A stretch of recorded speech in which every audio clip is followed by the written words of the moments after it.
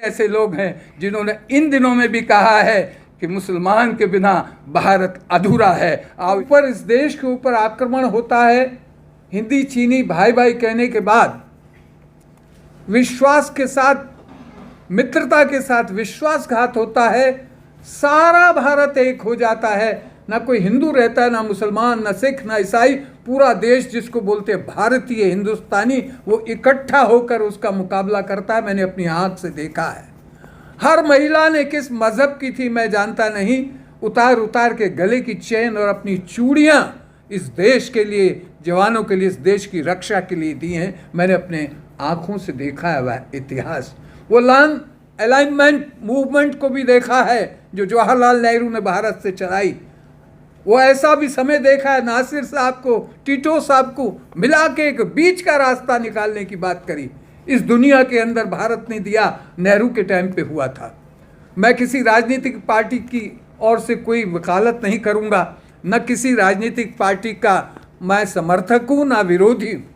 मैं इतिहास की बात करना चाहता हूँ। उसके बाद बहुत सारे प्राइम मिनिस्टर आए, उन सबका इस देश में कंट्रीब्यूशन है, महत्वपूर्ण कंट्रीब्यूशन है। और इंदिरा गांधी का बहुत बड़ा, फॉरेन पॉलिसी की बात करते हैं तो बहुत बड़ा कंट्रीब्यूशन उनका भी है।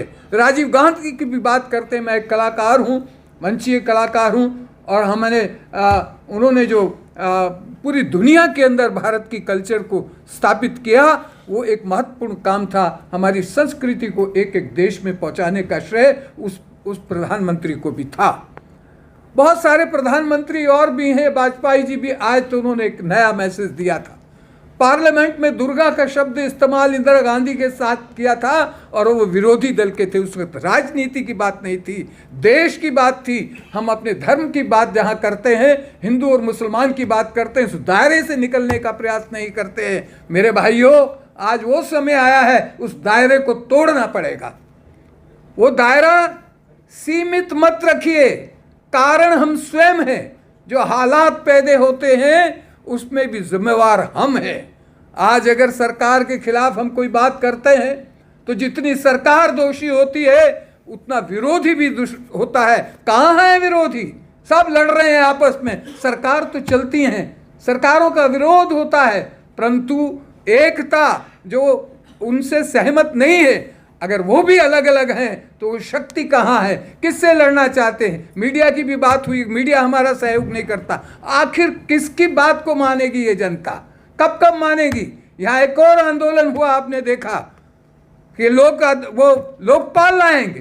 कितना बड़ा आंदोलन। मेरे पास आए थे एक सज्जन नौजवान जो आज दिल्ली के चीफ मिनिस्टर हैं। बहुत समय पहले मेरी पहचान नहीं थी। ग्रेटर नोएडा मेरा वो है आश्रम है, एक कॉलेज में बोलने के लिए आए थे। मुझे बताया गया कि एक नौजवान बोल रहा है, बहुत सुंदर बोलता है। तो मैंने कहा अच्छी बात है। मिलने के लिए आ गए मुझसे मेरे आश्रम में। उन्होंने अपनी आइडियोलॉजी को बताया। हमारी लड़ाई आइडियोलॉजी की हुआ करती थी जो आज बिल्कुल समाप्त हो गई है। कहाँ है दक्षिणपंथी? कहाँ है लेफ्ट फ्रंट? कहीं दिखता है आपको? कोई नहीं। सब अलग अलग चंद लोग खड़े हैं। और इसी तरह से इंटरफेथ को मानने वाले, करने वाले बहुत सारे मंच बन गए हैं। इकट्ठा नहीं हो पाते हैं, अपनी बात नहीं कर पाते हैं। मैं जमायत इस्लामी हिंद को मुबारकबाद देता हूं, क्योंकि मैंने पूरे साउथ में इनके प्रोग्राम्स को अटेंड किया है। हज़ारों की संख्या में मुसलमान मेरे दोस्त, मेरे भाई लोग इकट्ठा होते थे, एक हिंदू संत की बात सुना करते थे। और मैं उनसे कहा करता था कि हमारे मजहब के ऊपर भी एक मजहब है जिसको हम कहते हैं राष्ट्रीय धर्म, भारत धर्म। हम भारतीय हैं, हिंदुस्तानी हैं। हमारी पहचान क्या है? हमारे साथ एक कॉन्स्टिट्यूशन है जिसके साथ हम लड़ते हैं। ये कॉन्स्टिट्यूशन से बड़ा कोई सरकार का ओहदा नहीं होता। आज अगर सरकार जिस तरह से चल रही है उसकी जिम्मेवार हम हैं। हम भी भटके हुए हैं। हम कहीं एक प्लेटफॉर्म पे आकर खड़ा होने की कोशिश ही नहीं कर रहे हैं। हम अपनी अपनी जमायत के साथ बैठकर बात कर रहे हैं। अपनी जमायत को इकट्ठा करना पड़ेगा, अपने नौजवानों को समझाना पड़ेगा कि भारत धर्म और भारतीय होना गौरव की बात है। जिस प्रकार मैंने 62 की बात कही है और मैंने उसके बाद 71 की भी बात की है। जितने जंग हुए, जितनी लड़ाइयाँ हुई, और उसमें सब मजहब इस भारत के, जो इस वतन को, इस मादरे वतन को जो सलाम करते हैं, इस धरती पर जो पैदा हैं, वो मालिक हैं इस भारत के। वो उनमें कोई एक धर्म का आदमी मालिक नहीं हो सकता। जिसने यहाँ जन्म लिया है वो हिंदू है, मुसलमान है, सिख है, ईसाई है, ये उसका राइट है कि वो संवैधानिक राइट है, वो एक है, उसकी पासपोर्ट एक है, उसकी आइडेंटिटी एक है, उसमें कोई फर्क नहीं है। ये भय को निकालना पड़ेगा। भय से मरते जा रहे हैं, बात से बात बनने वाली नहीं है। जमायत इस्लामी हिंद एक ताकतवर जमात है। मैंने उलेमा हिंद में भी उस दिन ये कहा था। मैं मेरे ख्याल फादर थॉमस बैठे हैं, पीछे बैठे हैं, हमारे भंते जी बैठे हैं बुद्धिस्ट से। हम जो सर्वधर्म संसद चलाते हैं 2006 में प्रारंभ की श्री अग्निवेशी के नेतृत्व में, हमने किसी सरकार की परवाह नहीं की, हमेशा डट के मुकाबला किया करते थे। और आज हमारी पहचान है तो इसलिए है कि जब भी अत्याचार हुआ, किसी भी धर्म पर हुआ, हम सारे धर्म गुरु वहाँ गए हैं, चल के जाते थे, अपना पेट्रोल फूंक के जाते थे, अब भी जाते हैं। आज भी सुबह मॉर्निंग में जैनियों का था, कल हमारे क्रिश्चियन भाइयों का था, YMCA में था।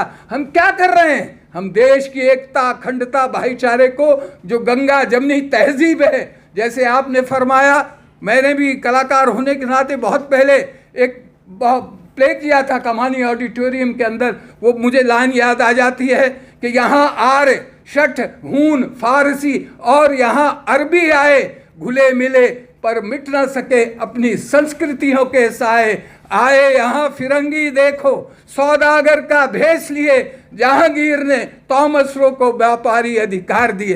ये इतिहास है, इसको कौन बदल सकता है? रविंद्रनाथ टैगोर ने लिखा, मैंने उसको गाया है, मैंने उसकी प्रस्तुति की है।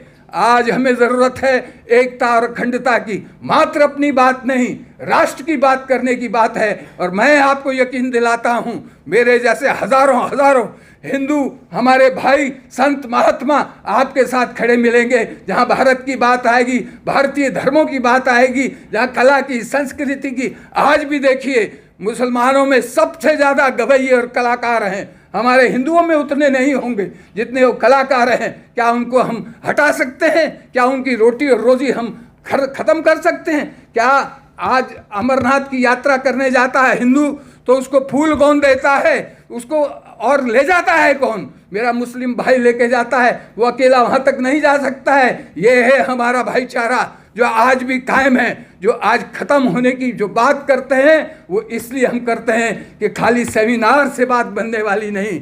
रोज़ 2-2, 3-3 सेमिनार हम कर रहे हैं। हमने देख लिया, लोकपाल की बात करते करते इतना बड़ा झंडा उठाकर जो है रामलीला मैदान के अंदर, दिल्ली के अंदर सरकारों को झुका दिया अन्ना हजारे ने। कहाँ अन्ना हजारे? अपना मकसद पूरा किया और दिल्ली का जो चीफ मिनिस्टर बनने के बाद ये सारी मूवमेंट को ख़त्म कर दिया गया। ये भी तो सच्चाई है, इसको जानना पड़ेगा, पास्ट को समझना पड़ेगा, अपनी गलतफहमियों को दूर करना पड़ेगा।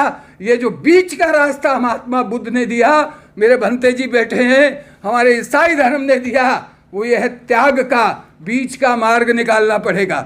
जब हमारी बात सरकार नहीं मानती, हमारी बात जो मीडिया सुनता नहीं है, तो हमको क्या करना चाहिए? अपना मीडिया इकट्ठा करना चाहिए, अपनी जमात को मजबूत करना चाहिए, अपनी बात को बुलंद करना चाहिए और ईमानदारी से, तुष्टीकरण से बात बनने वाली नहीं कि मैं मुस्लिम भाई के सामने बोलूं और उनकी तुष्टीकरण की बात करूं। नतीजा ठीक नहीं निकलेगा। नतीजा तो तब निकलेगा जो सच्चाई के साथ मेरा धर्म जो कहता है, सर्वे भवन्तु सुखिनः कहता है, उसको हमें वास्तव में अपने धर्म में लाना होगा।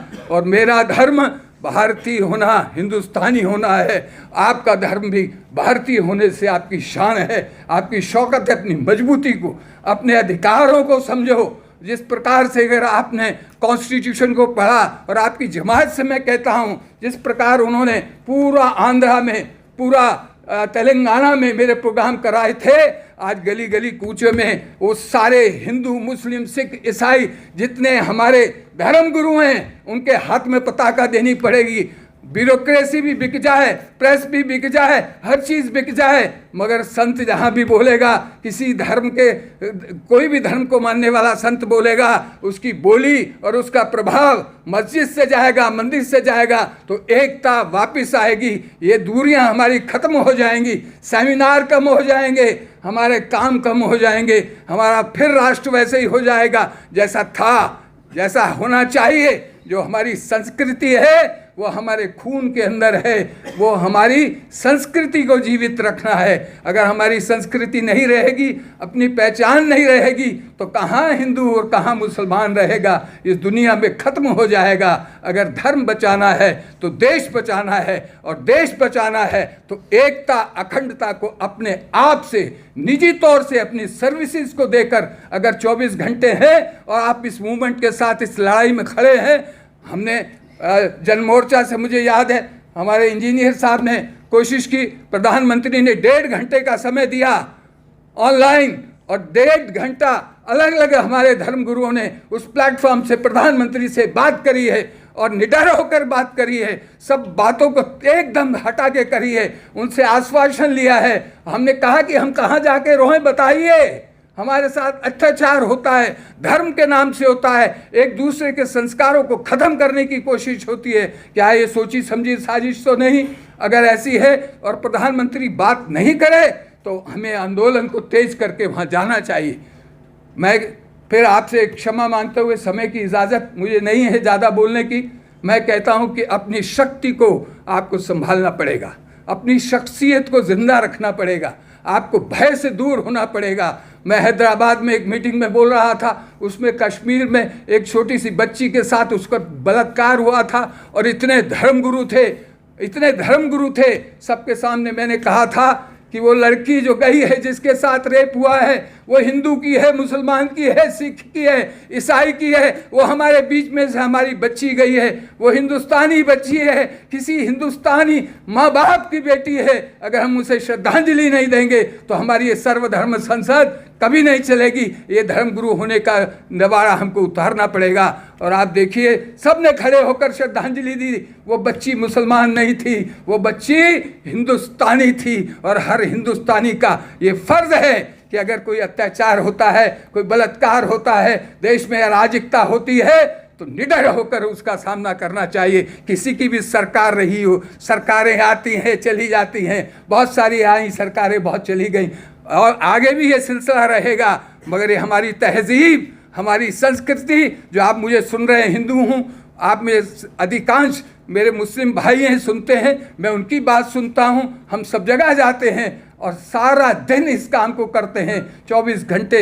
78 साल की उम्र में भी मैं एक्टिव होकर इस काम के लिए करता हूँ, और मुझे फ़ख्र है कि ये काम भारतीय है, संविधान के साथ है, और संविधान अगर हमारे साथ खड़ा है और हम अगर निडर हैं, तो कोई किसी में हिम्मत नहीं है कि हमारी सभ्यता को, हमारी संस्कृति को, हमारे भाईचारे को तोड़ सके। मैं आपसे निवेदन करता हूं कि आप अपने आप को जगाएं और इस मूवमेंट को उठाएं। दुबे साहब, आपके अनुभव जो हैं उनको हम लेकर चलेंगे, आपको आश्वासन देते हैं।